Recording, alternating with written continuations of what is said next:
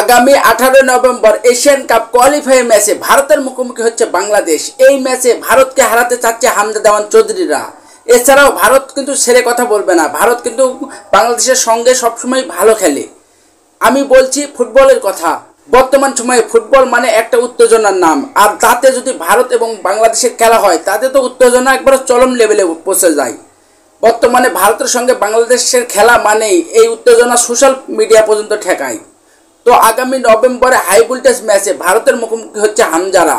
এই ম্যাচে ভারতকে কি হারাতে পারবে হামজারা?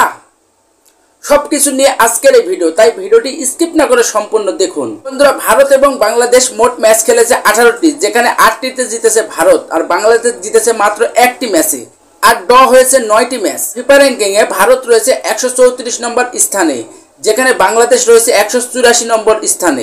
সবকিছু মিলে বাংলাদেশের চেয়ে ভারত অনেক গুণ এগিয়ে রয়েছে ফুটবলে, ক্রিকেটেও এগিয়ে রয়েছে। তবে কথা হচ্ছে আগের বাংলাদেশের ফুটবল আর এখনকার বাংলাদেশের ফুটবল খেলা কিন্তু এক না, কারণ এই দলে হামজা দেওয়ান চৌধুরীর মতন ভরসা করার মতন একজন ফুটবলার এসেছে।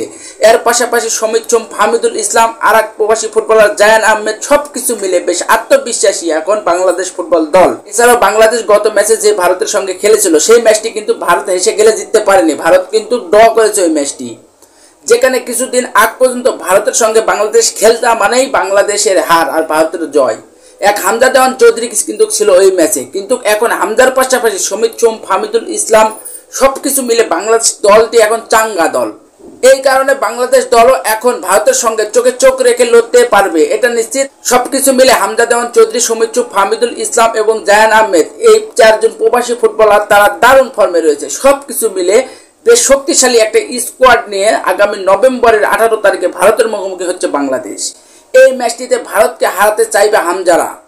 কোনো রকমই দাদাদের ছাড় দেওয়া হবে না। এই ম্যাচে যেভাবে হোক দাদাদের হারাতেই হবে।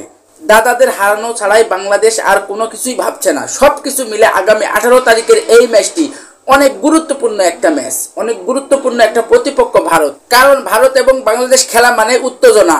এই উত্তেজনা চলে যায় সোশ্যাল মিডিয়া পর্যন্ত। সবকিছু মিলে আগামী 18 তারিখের এই ম্যাচটি বাংলাদেশের কাছে অনেক গুরুত্বপূর্ণ।